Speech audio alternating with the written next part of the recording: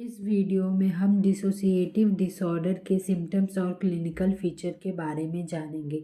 आपने ऐसी फिल्में ज़रूर देखी होंगी जिसमें पर्सन के दिमाग पर चोट लगने के कारण हीरो अपनी याददाश्त भूल जाता है और लोगों को पहचानने से इनकार कर देता है।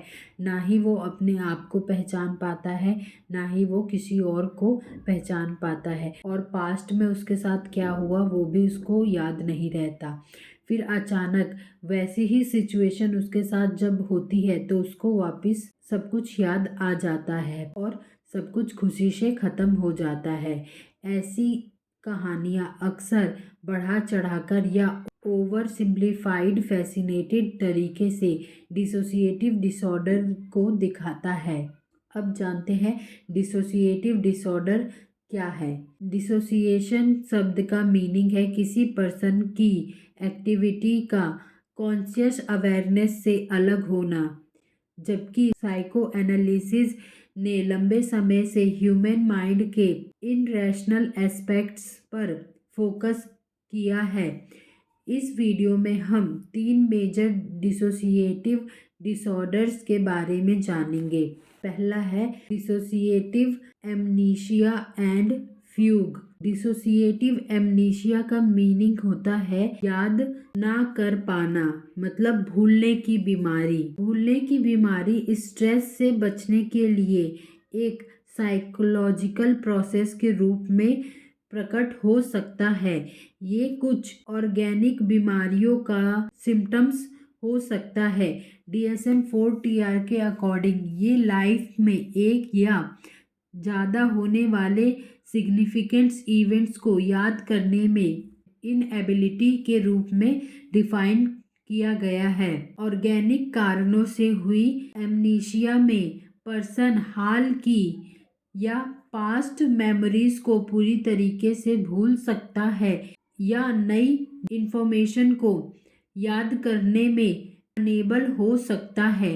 इसके अपोजिट डिसोसिएटिव एमनीशिया में पर्सन केवल पर्सनल हिस्ट्री के चुनिंदा हिस्सों को याद नहीं कर पाता, और ये फॉरगेटफुलनेस किसी बायोलॉजिकल कॉज के कारण नहीं होता। ये किसी मेंटल स्ट्रेस या ट्रॉमा के बाद डेवलप हो सकता है और परमानेंट मेमोरीज लॉस नहीं होती इसके अंदर। ये मेमोरी लॉस लोकलाइज्ड यानी कुछ खास इवेंट्स तक लिमिटेड होती है, और ये सिलेक्टिव होती हैं यानी स्पेसिफिक इवेंट्स भूल जाते हैं, या परसिस्टेंट यानी एक सर्टेन पॉइंट के बाद कुछ भी याद नहीं रखते हो सकता है। दूसरा है डिसोसिएटिव फ्यूग। इस शब्द का मीनिंग है उड़ान। डिसोसिएटिव फ्यूग में पर्सन अचानक अपने घर या वर्क प्लेस को छोड़कर कहीं दूर चला जाता है। ये अक्सर एमनीसिया के साथ होता है, जिससे पर्सन को उसकी पहचान और पास्ट के इवेंट्स याद नहीं रहते। पर्सन नया नाम और नई पहचान भी अपना सकता है। ज़्यादातर केसेस में ये किसी मेंटल स्ट्रेस या ट्रॉमा के बाद डेवलप होता है। अल्जाइमर, डिमेंशिया जैसी ऑर्गेनिक डिजीज में लोग अक्सर भटकते हैं, लेकिन इसमें दूसरे सिम्टम्स भी होते हैं, जैसे याददाश्त में लगातार गिरावट। डिसोसिएटिव फ्यूग्स और डिसओरिएंटेशन इन अल्जाइमर्स डायमेंशिया में डिफरेंस ये है कि फ्यूग में पर्सन किसी ट्रॉमा के बाद अचानक ट्रैवल करता है, जबकि डायमेंशिया में पर्सन बिना किसी क्लियर रीजन के कंफ्यूज्डली भटकता रहता है। अब इसकी केस स्टडी को पढ़ते हैं। डिसोसिएटिव एमनीशिया और फ्यूग की केस स्टडी में हम बॉबी की स्टडी पढ़ेंगे, जो एक 35 साल का प्राइवेट फार्म में सेल्स मैनेजर था।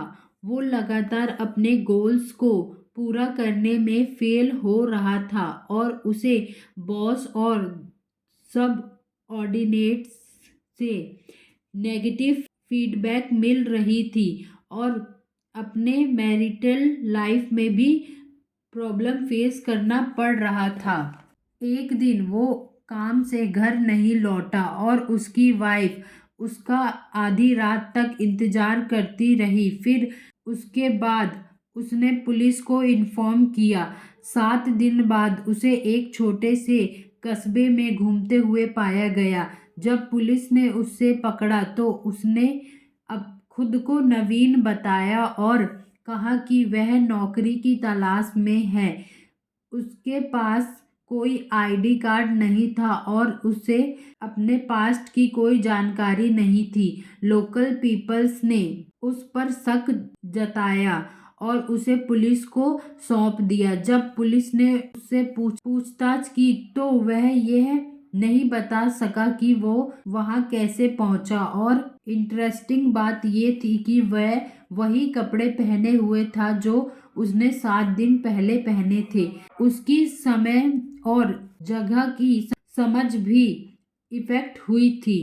अब हम डीपर्सनलाइजेशन डिसऑर्डर के बारे में जानेंगे। ये दूसरा टाइप है डिसोसिएटिव डिसऑर्डर का।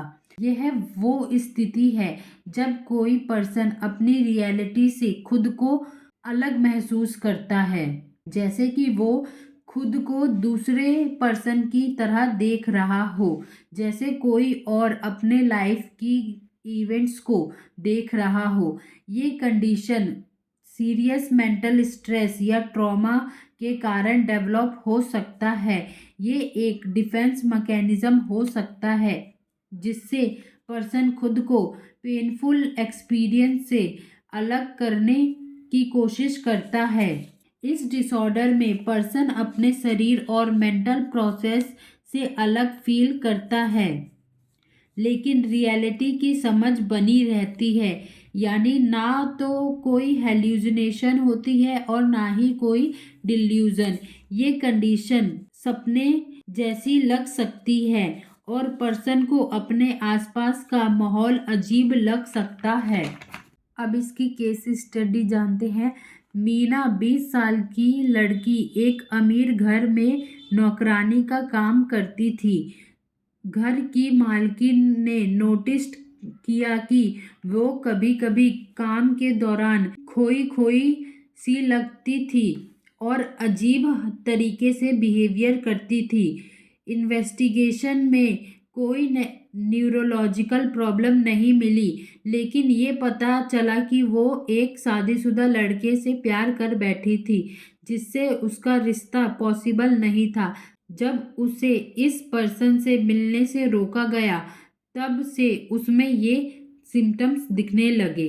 अब तीसरा है डिसोसिएटिव आइडेंटिटी डिसऑर्डर।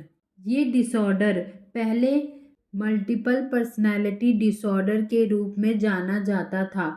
इसमें पर्सन के अंदर दो या दो से ज़्यादा पर्सनालिटी होती है जो अलग अलग समय पर अपनी सोच, फीलिंग और बिहेवियर को कंट्रोल करती है। एक पर्सनैलिटी को दूसरे पर्सनैलिटी का पता नहीं होता, जिससे पर्सन को याददाश्त में गैप महसूस होता है। आपने वो पिक्चर देखी होगी अपरिचित, ये कंडीशन वही है। इसकी केस स्टडी को पढ़ने की ज़रूरत नहीं है क्योंकि आपको जब अपरिचित पिक्चर की कहानी याद होगी आप वो भी लिख सकते हैं क्योंकि वो इसी डिसऑर्डर पे बेस्ड थी।